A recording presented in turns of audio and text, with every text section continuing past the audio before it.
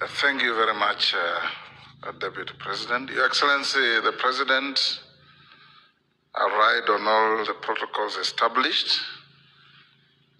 We say in Africa that he who stores food during harvest does not fear drought. And this is exactly what we are doing. The issue of sovereign wealth in our nation was a dream of our forefathers at independence. In the famous sessional paper number 10 of 1965 that we have been quoting in many different ways, the underlying message there was that the nation needed savings, and to save is for the future. When President Kibaki came into office, again, we prepared the economic recovery strategy for wealth creation with emphasis on savings. When the Jubilee administration came into office, again, the Sovereign Wealth Fund bill was proposed and attempted to be brought to Parliament. The emphasis, savings for the future. All these attempts did not get to fruition because I believe of the words in the scripture, Matthew 26:41, the spirit was willing, but the body was weak. Today, we have the spirit that is willing and the body is strong. And that's how we have come to where we are on the Sovereign Wealth Fund Act, emphasizing on savings, stabilization, and infrastructure. Your Excellency,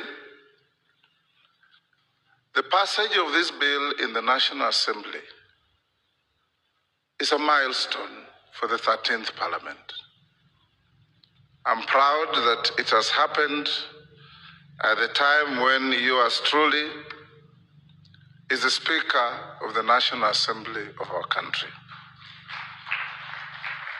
It brought to the fore the quality of some of our members.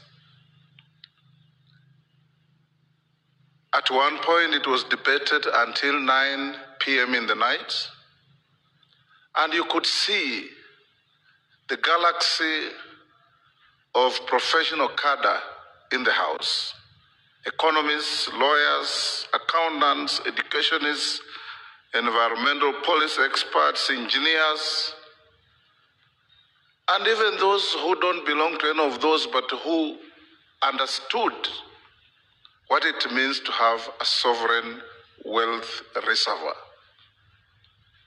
And I could see this, Your Excellency, when it came to the Committee of the whole House.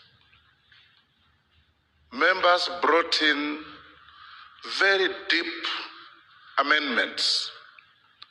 There's one member who triggered me to take them to winnowing, who listed amendments to delete all the paragraphs of the bill.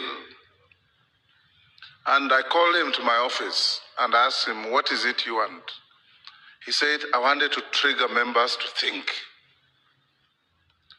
And when I brought the team together under the leadership of the chairperson of the Finance Committee and the majority leader, the product they brought back, I dare say, was one of the finest pieces of legislation that this Parliament has passed. And you could clearly see that our members do their research, they do their homework, they do their reading. Some of the amendments were quoting and citing provisions from Norway, from Singapore, from Botswana, from Nigeria, from Denmark. I was very impressed. And I feel proud that at this time in our history, we are working together and walking together to the future. Your Excellency, today, as you assent to this bill, it sets the stage for this country to realize the provisions of Article 120 of our Constitution, which provides that the burdens and benefits of use of resources and public borrowing shall be shared equitably between the present and future generations. We have been told here, including by our young people, that we must strive to be remembered.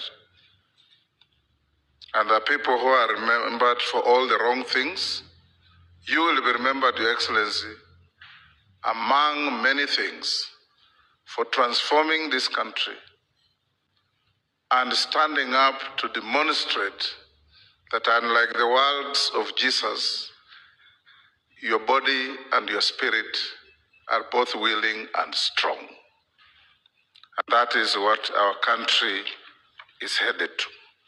Allow me, as I finish, Your Excellency, also on behalf of my team from Parliament, I'm here with my majority leader, our clerk, and a few MPs. The reason we don't have many MPs here is because they're on recess and elections are not too far away, so they are in their constituencies. But we can exercise some bragging rights as Parliament. Your Excellency, the 13th Parliament has passed milestone legislations to help this administration in transforming the country. To mention but a few, we've passed the Affordable Housing Act 2020.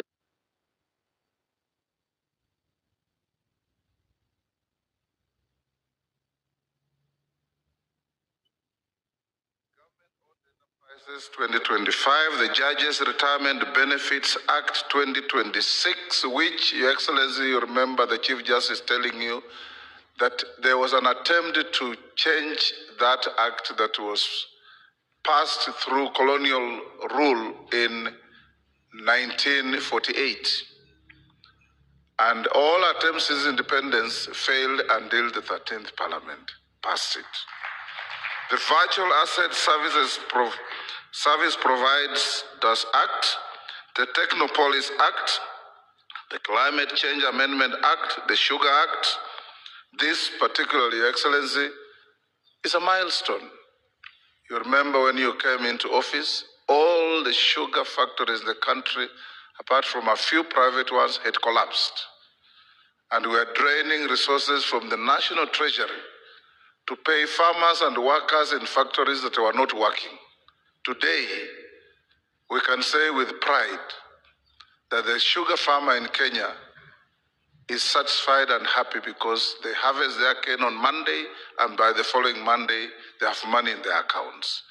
Courtesy the reforms through the Sugar Act, the Social Protection Act, the Gambling Control Act, the Computer Misuse and Cyber Crimes Amendment Act, the National Infrastructure Fund Act, the Special Economic Zones Act, the Successive Finance Acts, and today, the Sovereign Wealth Fund Act. We feel very proud that in the history of our country, when eventually the writers of our history write, they say there was a 13th Parliament that supported the administration to realize what had eluded administration since independence. Congratulations, Your Excellency, and on behalf of Parliament, we are ready, available, and willing to walk the journey of reforming our country. It needs men and women of vision, men and women of courage, and above all, people who do not fear criticism because it will always be there, to focus on what we must do and we will do to change our country. God bless you.